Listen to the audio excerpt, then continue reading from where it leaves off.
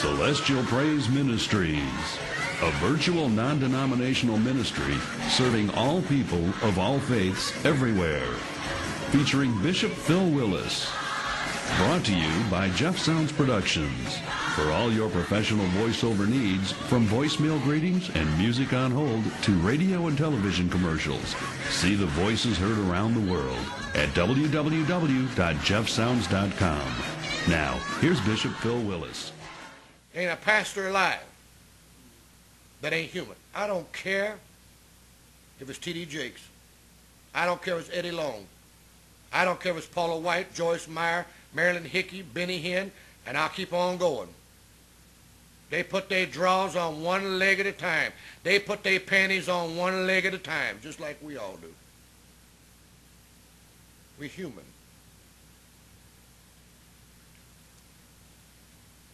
Paul wrote many letters. This one you need to read. He wrote this to the church at Corinth in the 13th chapter, and God gave this to me. The person that I had working with me on Thursday, or Friday, or Wednesday, whatever day we made this run, I was embarrassed to have a non-church going person don't claim to be nothing to see this kind of activity under the supposed auspices of the church, and you a prophet. What is you profiting from? Say, Bishop, are you bashing the church? Yes. Yeah. You don't ever hear me bashing saved folk. I'm going to bash the church all day. Because the church ain't nothing more than the Evening Star, Eastern Star, Masonic Order, Knights of Columbus, KKK, Black Panthers. You want me to keep going? Gangster Disciples, Bloods and the Crips. It's all the same thing. God don't bless no mess like that. Listen to this letter that Paul wrote to the church at Corinth. That's why it's called Corinthians, because Paul wrote these letters to the Corinthians, the people that lived in Corinth, like Chicagoans. They live in Chicago. You got it now? You'll get it on the way home, or to the club where you folks go on Saturday night. Paul said, and I quote, "Though I speak with the tongues of men and of angels, and I have not love, I am become as sounding brass or a tinkling cymbal." You know what that sounds like?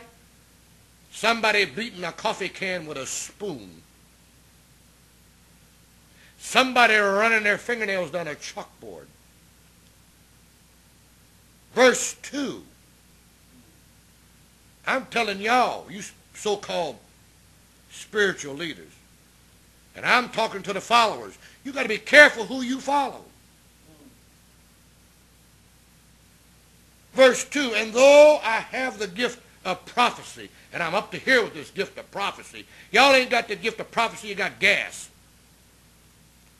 So blow it out your blowhole.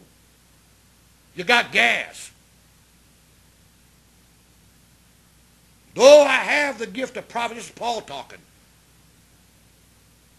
and I understand if I understand all the mysteries in the world, and I have all knowledge, and if I have all the faith, so that I can remove mountains, if I don't have charity, if I don't have love, I ain't got nothing. That's what he said. I am nothing. This is Paul, the great apostle Paul, writing a letter to the church at Corinth, talking in the first person. I know I hooped last Saturday night, but I'm going to help you tonight. And if I go over time, you can log off and come back and finish it later, because I'm still going to be here. He said, I ain't nothing. Not even a hound dog, like Elvis Presley said, ain't nothing but a hound dog. Paul said, ain't nothing. Look at this, verse 3, he goes on. "And though I bestow," boy, this is going to kill some of y'all.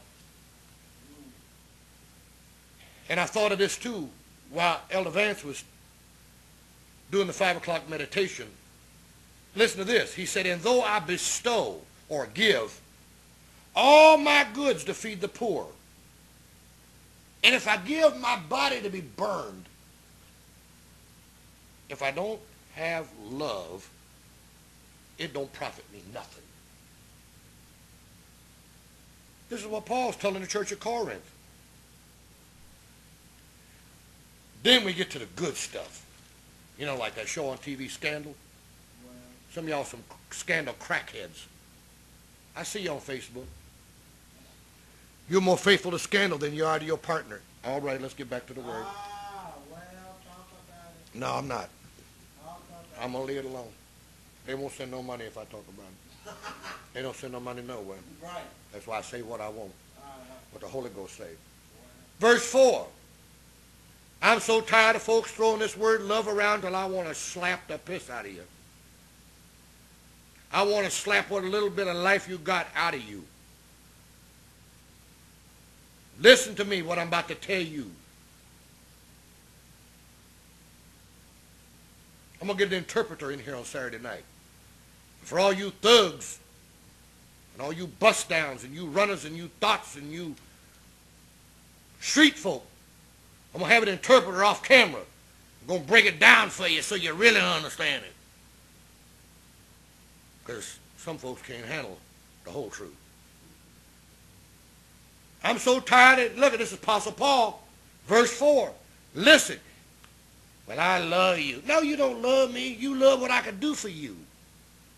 You love me right now because I got something you want. Listen to what Paul said.